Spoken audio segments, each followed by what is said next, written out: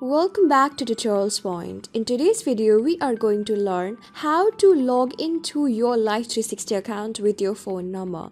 Before starting, you can subscribe to our channel for more videos and updates. So let's get started.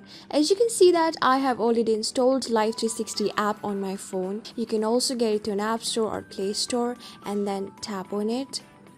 You're into the very first section of the Life360 app itself. Now tap on Sign In next to already have an account below. Now enter the particular phone number that you had used to create this account. When you're done, tap on Continue option above Sign In with email. Now enter your particular password that you had used to create this account or the password connected to it. And when you're done, tap on Continue option.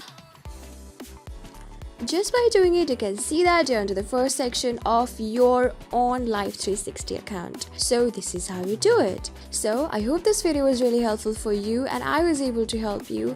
I'm gonna see you in the next video. Till then, keep calm, stay safe, and goodbye.